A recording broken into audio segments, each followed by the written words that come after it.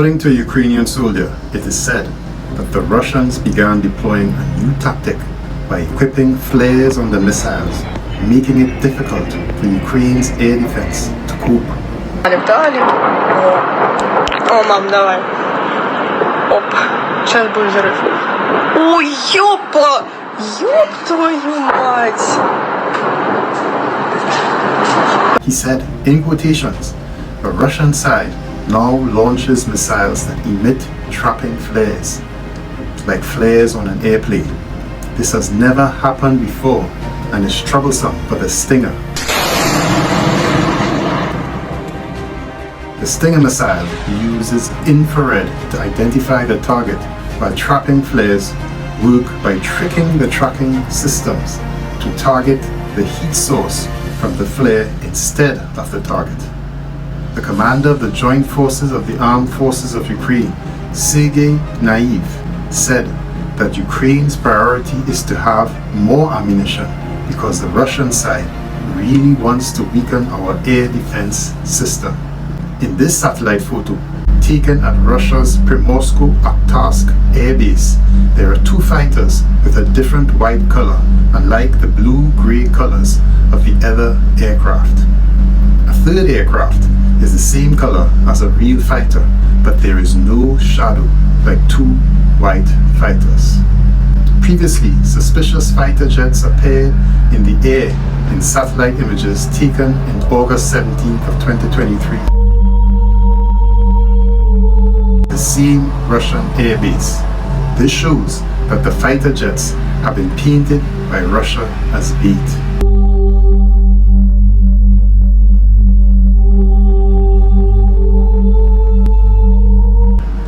On June 26, satellite images of the Yesk airbase showed 3 pictures of fighter jets placed next to each other and all in bright white.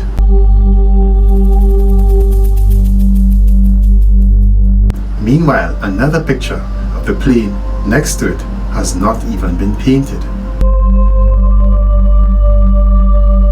Ukraine has launched successive attacks on Russian military bases in recent months, including Russian-controlled areas in Ukraine and an area in Russian territory.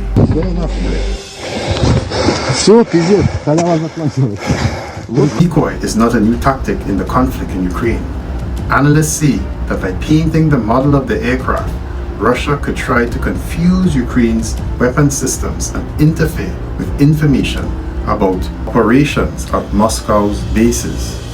It is possible that the Russians' purpose is to create drones to deceive Ukrainian drones, which are equipped with complex cameras to identify aircraft, said Justin Bronk, an Air Force expert at the Royal Institute for Defense and Security Studies. By painting fighter models, Russia is also seeking to hide the actual number of aircraft at an airbase, as well as when these aircrafts appeared or their operating models. Brady Afric, an analyst at the American Enterprise Institute, said Moscow wants to make it difficult for Ukraine to determine which bases are active. I think this is a way to respond to the risk of Ukraine's increasing attacks on Russian airports. This is a relatively inexpensive way to try to prevent or make it more difficult to attack Russian aircraft, said Afric.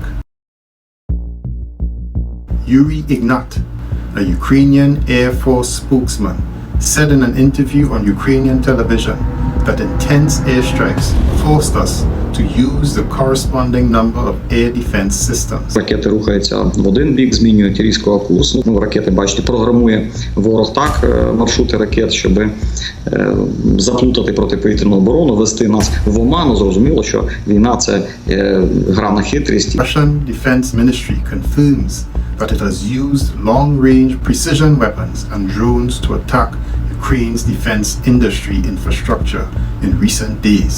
Tupolev 22 Mega Siemens strategic bomber, which can carry 3 X-22 missiles, can even be armed with a nuclear warhead.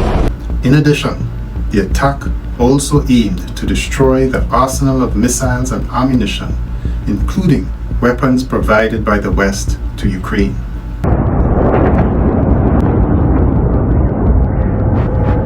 Ukraine admits that its air defense does not intercept most of Russia's missiles. А з цих 300 ракет Х-22, Х-32, які були запущені, якийсь відсоток був збитий? Ні, Ні, взагалі не було, так? This runs contrary to President Zelensky's claims. Дорогі українці, українки, 2 січня 24-го року знову удар російських нелюдей, майже 100 ракет різних типів, щонайменше 70 ракет збито, із них Speaking via video at a Swedish defense conference on January 7th, Zelensky warned that Kiev was lacking air defense systems on the battlefield and in cities of Ukraine. He says Russia has launched more than 500 missiles and drones in just over 2 days. On Tuesday, Russian planes bombed the capital and the second largest city, killing 5 and injuring dozens. A senior Ukrainian commander says Kiev's air defenses will only be able to withstand a few more attacks. The most worrying aspect of all of this for Ukraine is that, as the article says, the shortage of Ukraine's air defense system comes at a time when the US, who is Ukraine's largest military aid donor, has run out of money to send more weapons to Kiev. Russia, for the first time, announced their count of Ukrainian casualties. Didn't I kill you already? Defense Minister Sergei Shoigu claimed that in 2023 alone, Ukraine suffered more than 215,000 in military personnel losses. В прошедший год потери противника превысили 215 тысяч человек и 28 тысяч единиц. And 28,000 in weapon systems. And earlier, at the extended meeting of the Russian Defense Ministry on December 19th of 2023, Minister Shoigu said that more than 383,000 Ukrainian soldiers had been killed and wounded since the start of the conflict. I'm gonna tell you something that I've never told anyone before. Okay. I'm a serial killer. Shoigu's casualty figure for Ukraine is just under 400,000, which is even less than what Ukraine's own former prosecutor general and ex-head of the Ministry of Internal Affairs, Yuri Lutsenko, said, where he claimed that Ukraine had lost 500,000 killed or seriously wounded since the start of the war in February of 2022.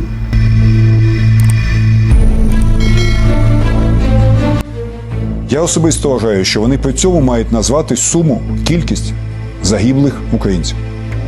Я знаю, як вони цього не хочуть. І я знаю, як це важко буде сприйняти. Але інакше вивести з зону комфорту мільйони тих, хто ховається за різними байками про те, що може служити хто завгодно, крім мене, Lutsenko said, and I quote, треба чесно сказати, 500 тисяч, про яких зараз говорять, якщо поділити на місяці, це по 30 тисяч в місяць. І тоді ми приблизно зрозуміємо, що відбувається на фронті, з вбитими і важко пораненими. In this article from Eurasia Times,